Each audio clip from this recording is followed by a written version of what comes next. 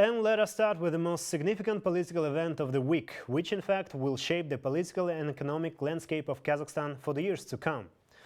The head of state delivered an annual State of the Nation address. The president highlighted the main challenges facing the country and proposed solutions. This time, the focus was on the budget deficit, infrastructure issues, economic growth and digitalization.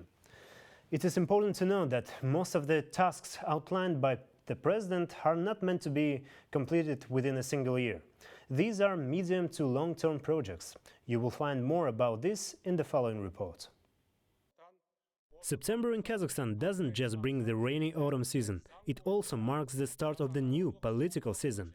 Familiar figures, officials and deputies return to our TV screens and their offices, and the main storyline for the year ahead is laid out in the President's State of the Nation address. This document is most closely monitored in the terms of government performance. The effectiveness of the address is used to rate the professionalism of the entire state apparatus. This year, the key priorities remain unchanged: business development, attracting investment, and diversifying the economy. The president began his speech by briefly summarizing the success of current initiatives.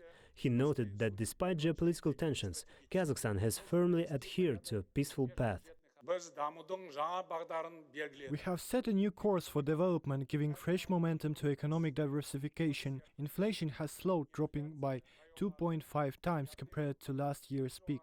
The country's international reserves now exceed $100 billion. The manufacturing sector is growing faster than the mining sector. It is crucial to maintain this momentum. We need to launch a new investment cycle and make effective use of a foundation we've laid.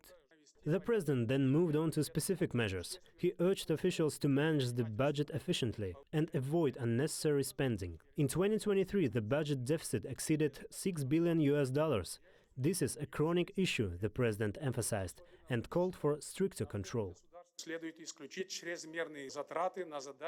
We must eliminate excessive spending on tasks that are not urgent or strategic. Order must be restored in interbudgetary relations.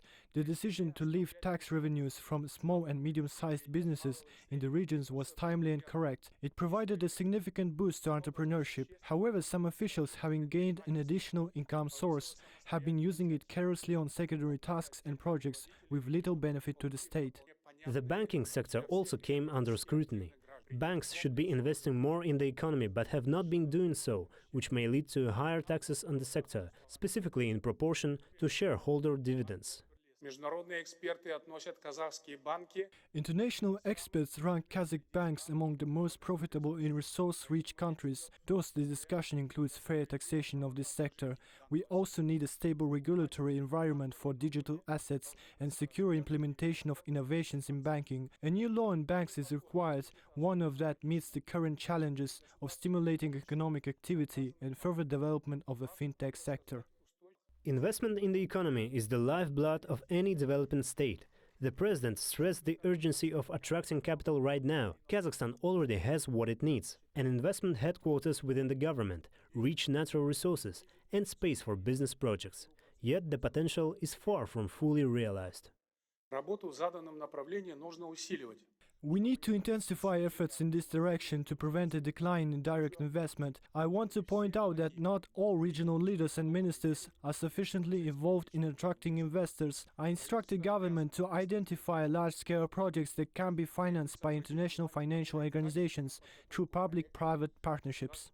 Kassym-Jomart also emphasized that the state's role in the economy remains too large, negatively affecting private initiatives. At the same time, the president warned oligarchs of their social responsibility, suggesting that big businesses should engage in philanthropy more actively. These individuals, as citizens of our country, must invest significant funds in building schools, hospitals, stadiums, museums, and other social and cultural facilities. Their names could be remembered in the golden list of philanthropists. The president put forward over 100 initiatives, all of which are long-term. These include building gas processing plants at major fields and developing transport infrastructure, considering Kazakhstan's position as a Eurasian transport hub. Another critical point in the address was the reminder of human values. The president stated that there should be no discrimination in Kazakhstan, be it linguistic, religious, ethnic or social. The country must be free of all forms of prejudice, And as a progressive nation, it must lead by demonstrating prudence. Dauren Sagulov, New Time.